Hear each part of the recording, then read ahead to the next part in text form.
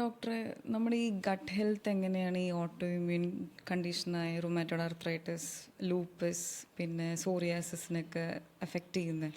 Okay, ഞാൻ മുമ്പേ പറഞ്ഞിരുന്നു, നമ്മുടെ ഇമ്മ്യൂൺ സിസ്റ്റത്തിൻ്റെ ഓൾമോസ്റ്റ് ലൈക്ക് 70% ലൊക്കേറ്റ് ചെയ്തിരിക്കുന്നത് ഗട്ട് ടിഷ്യൂസിലാണ്.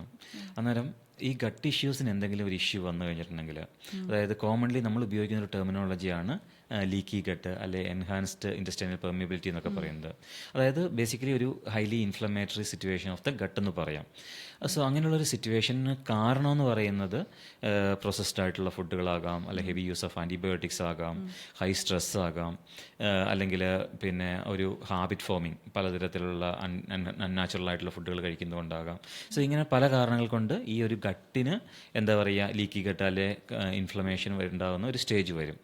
അന്നേരം അങ്ങനെ ഒരു സ്റ്റേജിൽ എന്താ സംഭവിക്കുന്നതെന്ന് ചോദിച്ചിട്ടുണ്ടെങ്കിൽ, എസ്പെഷ്യലി നമ്മുടെ ഫുഡ് പാർട്ടിക്കിൾസോ അല്ലെങ്കിൽ നമ്മളുടെ കുടലിലുള്ള ഹെൽത്തി ആയിട്ടുള്ളതോ അൺഹെൽത്തി ആയിട്ടുള്ള ബാക്ടീരിയാസ് ഡയറക്റ്റ്ലി നമ്മളുടെ ബ്ലഡ് സർക്കുലേഷനുമായിട്ടുള്ള ഒരു കോൺടാക്റ്റ് വരും.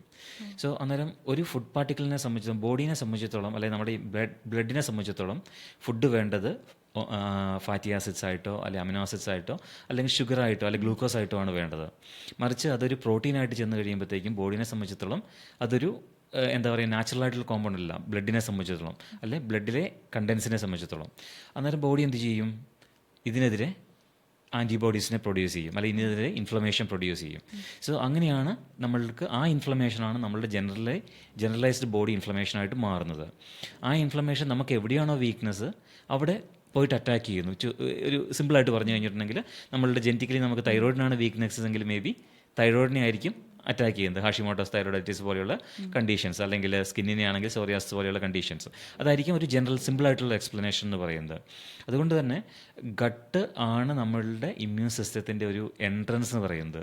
അതിനെ ഹെൽത്തി ആയിട്ട് വെച്ച് കഴിഞ്ഞാൽ തന്നെ നമ്മളുടെ ഇമ്മ്യൂൺ സിസ്റ്റം നന്നായിട്ട് കാമാകും. അന്നേരം ഇതിന് പ്രധാനമായിട്ട് നമ്മൾ നാച്ചുറോപ്പതിയിൽ ഉപയോഗിക്കുന്നത് എലിമിനേഷൻ ഡയറ്റും ആൻറ്റി ഇൻഫ്ലമേറ്ററി ഡയറ്റും ഹെൽത്തി ആയിട്ടുള്ള ന്യൂട്രിയൻസും, അതേപോലെ ഗ്ലൂട്ടാമേറ്റ് പോലെയുള്ള അല്ലെങ്കിൽ ബോൺ ബ്രോത്ത് പോലെയുള്ള ന്യൂട്രിയൻ ഡെൻസ് ആയിട്ടുള്ള ഫുഡുകളും ഒക്കെയാണ് നമ്മളതിനെ ഹെൽത്തി ആയിട്ട് വെക്കാനായിട്ട് അല്ലെങ്കിൽ അതിൻ്റെ ഹെൽത്ത് റീഗെയിൻ ചെയ്യാനായിട്ട് നമ്മൾ ഉപയോഗിക്കുന്നത്.